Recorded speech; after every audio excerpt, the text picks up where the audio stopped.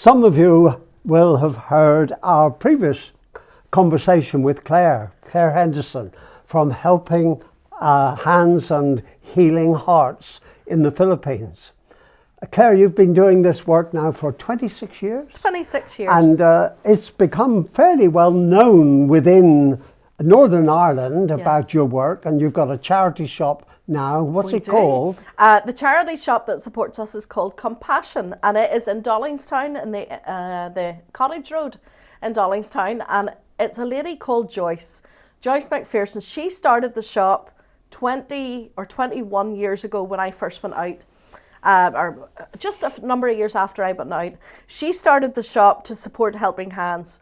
But it became a ministry in itself, because every time somebody would come into the shop, she would say, "Would you like a wee cup of tea?" She would sort them out with a cup of tea as they did their shop, and then they would come to her for prayer. Yes. She would say, "Is there anything I could pray for you for today?" So Joyce made that a ministry of her own. But that ministry, you asked me that on the last programme, that ministry has become our greatest supporter. For 20 plus years, it has sent money out to us without fail. Every month we receive money, and that is really enables us to do what we do with these children. Because you're now moving into a new phase, aren't you, out there in the Philippines? So we have the Children's Recovery Unit. We talked about it on the last show. The Children's Recovery Unit, we took over the children's home. And then in the last number of years, COVID struck. Yeah. So when the pandemic struck in the Philippines, it was very difficult. We were not allowed to leave our homes for 2 years. 2 years. Thank God, I love my children and I love spending time with them, because if not, it would have been carnage, because we were stuck at home with each other for 2 years. But we didn't just survive COVID. I always say we thrived in COVID. We took time to really get to know each other, to be a family, because I'm a single parent. So I was at home with 5 children, plus a bonus son. We had another young guy that was struggling at home, and he came to live with us too. And in our children's homes and in the Children's Recovery Unit, they're just 1 minute round the corner from me. So we were able to nip out just round the corner to the homes, but we really weren't allowed to go out. We weren't allowed to do anything. So it was getting difficult for the children who needed medical help to get up into our city. Now, our city has a big government-funded hospital, so children come from far-flung provinces for help. That's why we do the recovery unit, because it's not that the families can't handle their own sick children. The fact is, most of them live 6-8 hours away, anything up to 6-8 hours away. Even 2 hours is a long trip on a bus when you have a child who's going through chemotherapy. Yes. They're very sick, they're nauseous, you're trying to find fares, you're earning £10 a day, and that's already the bus fare just to get to the city. So we had the recovery unit up and running for children who needed a safe space to come and recover in while they were doing their treatments. They would stay with us from anything from 2 weeks up to 3 years, depending how long their chemo was. But we realised not everybody could get to us. So we started the community programme, TCP. I'm not great at picking names, Terry. That's why we have the children's home, the Children's Recovery Unit, the community programme, and the family strengthening programme. I just do it. It does exactly what it says on the tin. I'm not very good at thinking up names. So anyway, you might want to help me with that. But the recovery unit was already going. Children's home's already going. And now we started the community programme. Now, what we would do with the community programme is we would use technology. So people would message us on Facebook. And believe me, word spreads fast. You put a wee ad out on Facebook that says, if you have a sick child and you need help, you contact me. We have had thousands of responses. Now you have to verify and vet each one of those. So we have a team of social workers. We have a team of 33 staff actually just to run this ministry. Marissa, my assistant director, and we run the team with 33 staff. And I tell you, it takes every one of us to get this job done. I'm the only foreigner, everybody else is local. They do an amazing job. We all speak the language. I speak it as well because I've been out there for 26 years. But the community programme, we would go online, we would respond through Facebook, families would fill up a wee application form telling us about their situation, send the pictures, send a medical referral from the doctors or the community health centre that they needed help from. We would then go online. It's called Lazada and Shopee, but it's kind of like Amazon, something like that.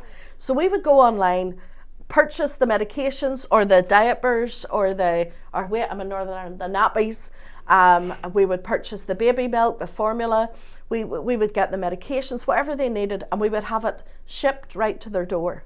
Yeah. So this enabled parents to take care of their own children within their own home without having to surrender their children to residential care. Yeah. So once again, preserving families, making sure that families could stay together. And you know, my heart broke during COVID. We had children referred to us. There was one wee girl, let me tell you her story. Her name's Alexa. And during the community programme, we got this message to say, could you help us out? We keep going to the hospital. Remember I told you minimum wage is about £10 a day. A swab to see if you have COVID, that cost £80. And they had to do the swab for the mother and the child every time. So they would get their swab, they'd come back in 3 days with a negative swab, they'd go to the hospital and the hospital say, I'm so sorry, we're jam-packed with COVID cases. Come back next week. You're earning £10 a day. You're spending 160 COVID swabs. You can't afford to come back next week and do it all again. Now, the reason this child needed urgent hospital care was she was 3 years old and she had a massive belly. Her mum was heavily pregnant. This child looked heavily pregnant, but she was only 3 years old. And her stomach was just bulging. And she was waddling along. She could barely walk. Her balance was off. It was crushing her internal organs. So we said, listen, let's connect with the local government. Let's get them to give you an ambulance to bring you up north to Baguio, and we'll get the surgery done up here. We had a great Christian surgeon called Dr. Texan, and he would set aside everything that he was doing to serve one of our children. So Alexa came up in the ambulance, and what we didn't maybe count on was the fact that when she came in, she was also full of parasites, full of worms. So we had to deworm her. That is not a pleasant experience. I'll spare you the details. Thank you. But it's not pleasant. It put you off. I hope you're not having spaghetti for your dinner tonight, because I'll tell you this, you'll never look at it. You said you were going to spare the detail. Listen, the viewers need the details. It is horrific. It's not a glamorous job that we do. This child, we got the worms sorted out. We got the pneumonia. She had pneumonia in both lungs. We got that lifted. Took 3 months to get her strong enough. Just because the tumour was taking all her nutrients. It was stealing everything off her. So we had to build her up physically so that she'd be strong enough to get through the surgery. We got her through the surgery. Her mother gave birth to a 3-kilo baby and had a flat tummy. And Alexa gave out a 3.5 kilo tumour. That is just over 7 pounds on a 3-year-old. Awful.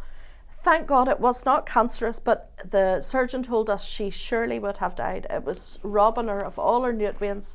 It was crushing all her internal organs. Her breathing was affected. So we were so grateful. Again, that's because people gave, that we were able to say, we didn't even have to think twice. Will we be able to say, no, it might take us a few months to fundraise? We just said yes, and we trusted that God would provide, and he did. He provided through people here at home.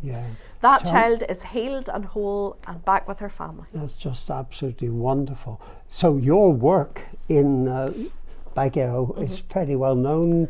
It's fairly well known. You saying that the British ambassador came up? That's right.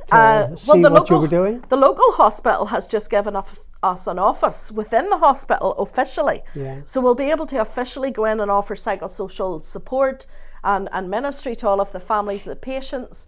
The local mayor asked me to be the vice chair for the Council for the Protection of Children within our city. I'm also the vice chair to the mayor again for an association for social workers within the city. And then in the last couple of years, again during COVID, I was able to help a young British man who had come out to the Philippines, got himself into a spot of bother, ended up in a hospital in a psychiatric facility.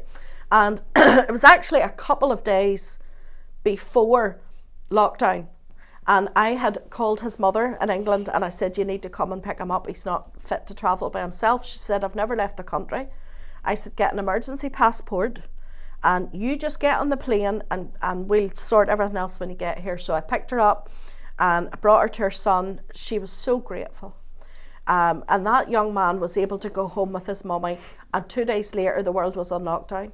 And if he hadn't got out of there, he'd have been in the psychiatric facility for another year or two. But anyway, because of that event, the local British ambassador and the British consulate were able to meet with me. They were grateful for the help, of course. But more than that, they wanted to see what this Brit up in Northern Ireland, from Northern Ireland, was doing up in the north of the country. So they came to visit Helping Hands, Healing Hearts, and they were very impressed. They said, they were very tearful actually, and the consulate is a lovely man. He said, there's something different about your place. This is not, doesn't smell like an orphanage. It doesn't have that feel about it. It feels like I'm in somebody's home. I said, you are in our home. This is our children's home. And I said, that's why they're not crawling all over you, because they're already confident you're the visitor in their home. They're confident to just, you know, let you come around with me, and they don't need your attention because they have all the attention and the love they need. Yeah, it's beautiful. And he said that they were impressed. And fast forward about a year after that, last year on the King's birthday, I was awarded an MBE, which I was not expecting. Never in my life did I think that I would get an MBE from the King. It's a wonderful acknowledgement of the impact you and Helping Hands, Healing Hearts has had, isn't it? It is absolutely amazing. I've never done it for the glory. Honestly, we've flown under the radar for many years. Let me tell you, we were not at all well known, because I just never wanted to be the centre of that sort of attention. I didn't want people thinking that, you know, I was doing it because good works won't get you into heaven, Terry. No, and I never wanted people to think that I was somehow trying to work my way into heaven. The fact that I asked the Lord Jesus to forgive my sins, because I know I'm a sinner, I know I am, sin every day. I had to ask him to forgive me. The fact that he did that, I have assurance that I will go to heaven. So I didn't ever need to work my way into heaven. So I always kind of flew under the radar. Yeah. So I, from the position you are in Baguio, many of the people would be believers in God, members of your Catholic Church. But you have a different little title that they identify your work. Well, the Philippines is a beautiful Catholic country. People love God in the Philippines. They go to Mass, they go to church every Sunday. It's a God-fearing country. In fact, it's the only Christian country in Southeast Asia. Every other country is Buddhist, Muslim, Hindu, whatever. But the Christian country is the Philippines. But Filipinos, like I said, are Catholic people by and large. And they tend to go to Mass, but many of them told me they've never ever opened their Bible. They don't even have a Bible, the majority of them. They've never opened it for themselves. They call us the born agains. So the people who have a relationship with Jesus, who've asked Jesus to forgive their sins, who go to a church that's not a Catholic church, they call us the born agains. Now, the born agains could be Presbyterian, they could be Methodist, they could be Baptist, they could be Pentecostal, they could be Bapticostal, they could be whatever you like, but they're anybody who is a Christ-committed follower and who reads the Word of God and follows the teachings of Jesus. Yeah, it's beautiful. I remember my visit to the Philippines, 6 or 8 years ago, and the amazing thing that I found was no matter where you went, the exuberance there was for Jesus. That's right. In the churches we went to. Yeah. And especially the youngsters. Yes. They could quote your scriptures. That's right. And I shall never forget the joy of visiting one very impoverished village. But when we got there, the children, they were just absolutely wonderful. And I remember the very happiness. There was a kind of joy. Well, I think we've lost that here at home, you see, Terry. Yeah. I mean, the Bible talks about how the joy of the Lord is your strength. Yeah. And I think a lot of us here are going around not very strong because we don't have that joy. We've let it go. We've somehow lost it. We've become very formal. We've become very religious. We've become very caught up in rights and wrongs and how we're going to look and what we're going to say. But the truth is, you know, there's freedom in Jesus. There's freedom in the Lord. And as long as you're doing what the Bible says you need to be doing, then you're doing enough. You're doing the right thing. I mean, we talk about John 10:10, which is abundant life. That's right. And many Christians actually don't have that. No. They don't know the experience of living and walking in a personal, intimate way with the Lord. Maybe it's because they have an experience of Jesus, but they've never entered into what we would call the joy of the Lord. That's right. There's a kind of legalism about the way that they're walking, and they don't realize there's much more. And you found that through the job you've been doing. For the goodness Lord sake. has given you the joy because you're flowing That's right. with what He wants And you even to do. you still go through hard times, right? We all go through hard times. We all face challenges. And believe you me, I have racked up enough challenges that I could write a book.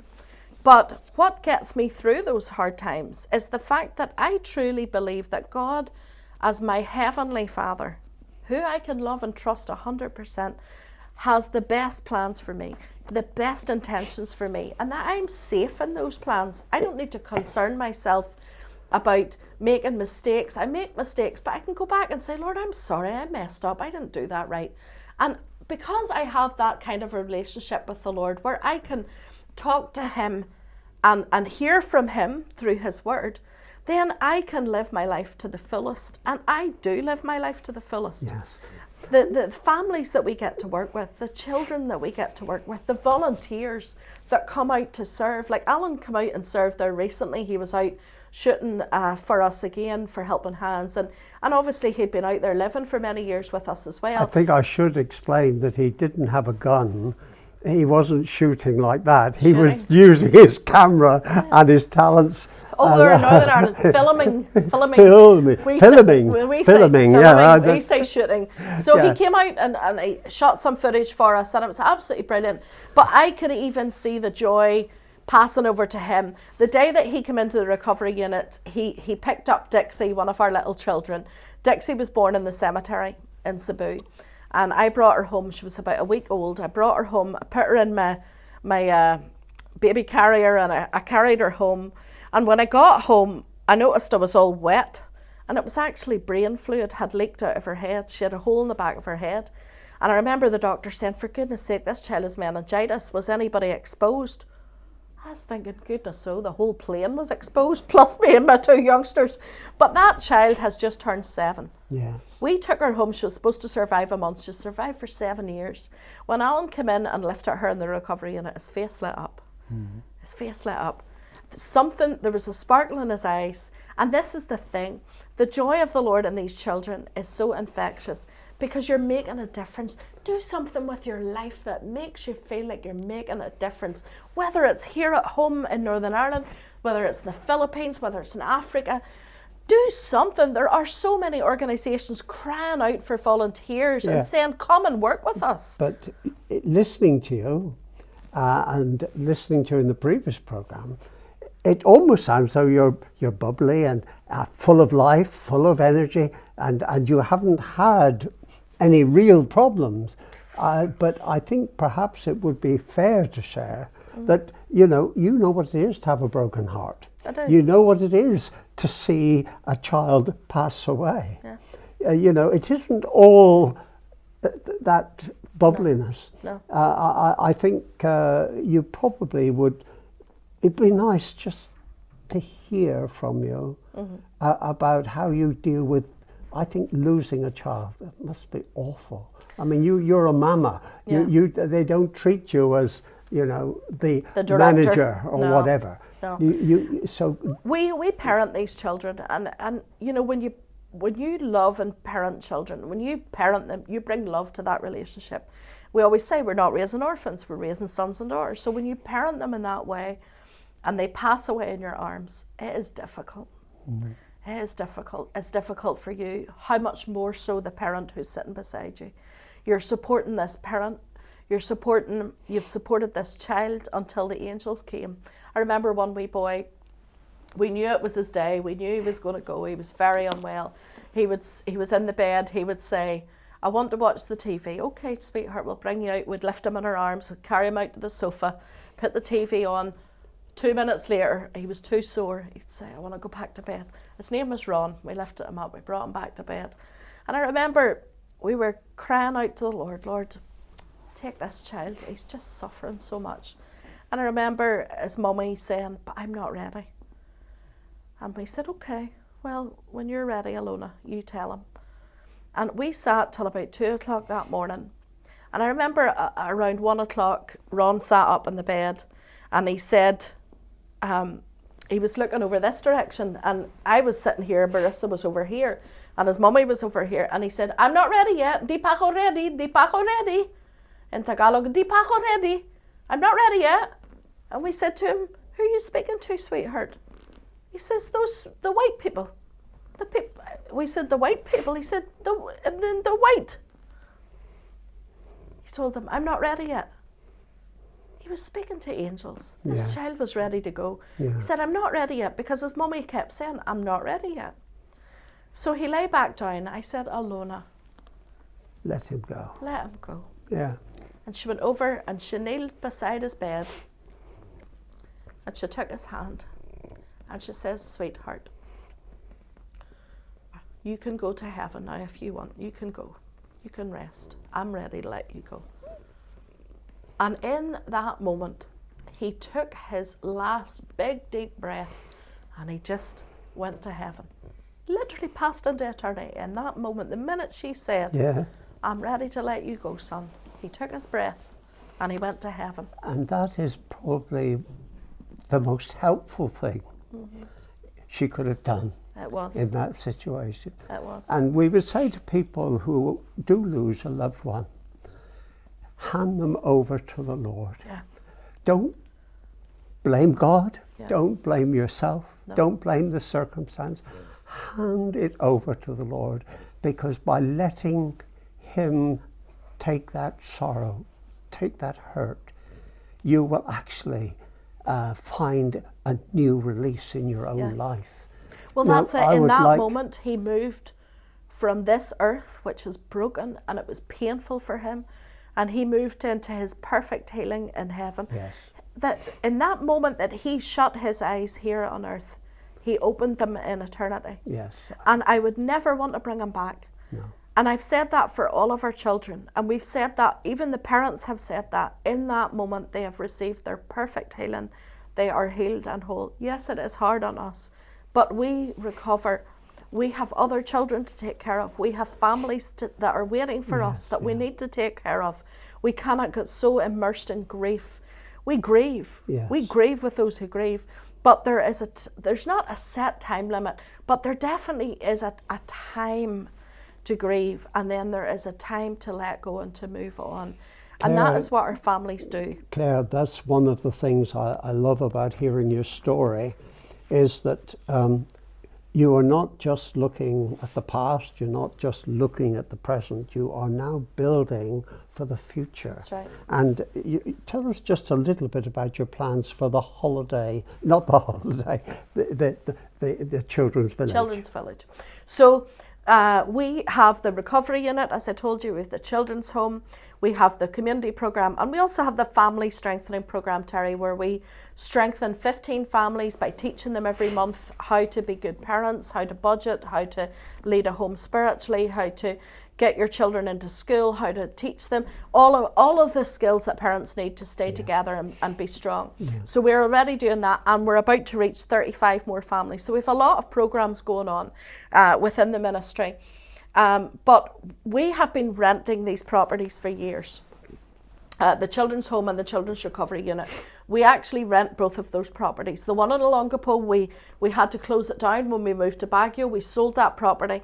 And with that money that we got, we were able, and with a very, very generous donation from a gentleman here at home who has now gone to be with the Lord, he gave us £100,000. And we were able to buy land with that £100,000 plus the money from the home that we had bought. I'm a good steward. We like to save. And if you give me money for something, I use it for what you give it for. I'm Good. very good about that. So I had saved for years for this land, and finally a beautiful piece of land came up. We were able to buy 3,526 square metres, which is about an acre, just under an acre. And it is in the side of a mountain. We have gentle slopes. Excuse me. And we are building a children's village. Now, this is not the type of children's village where we're going to be going around. I think I've explained myself anyway. We're not the type of ministry that goes around taking children away from their families just to fill up a village. Not at all. If I could empty it, that would be wonderful. But we needed to get away from renting properties. One of our properties costs about £1,200 a month to rent. The other one's £900 a month to rent. It's big money. So what we have done is we have bought this land, and we are putting up 5 or 6 small cottages or small family homes. And these small family homes will house 8 to 12 children. These small family homes will house 8 to 12 children, and each home will have a mama.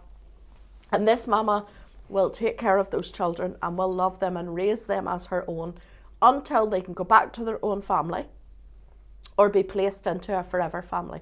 We'll also have a big children's recovery unit where we can take in children from all over the Philippines who need to come to Baguio for recovery or for treatment, chemotherapy, surgery. We'll take them in, we'll get them well, and we'll get them back to their families. Do you know, Claire, we could still keep talking.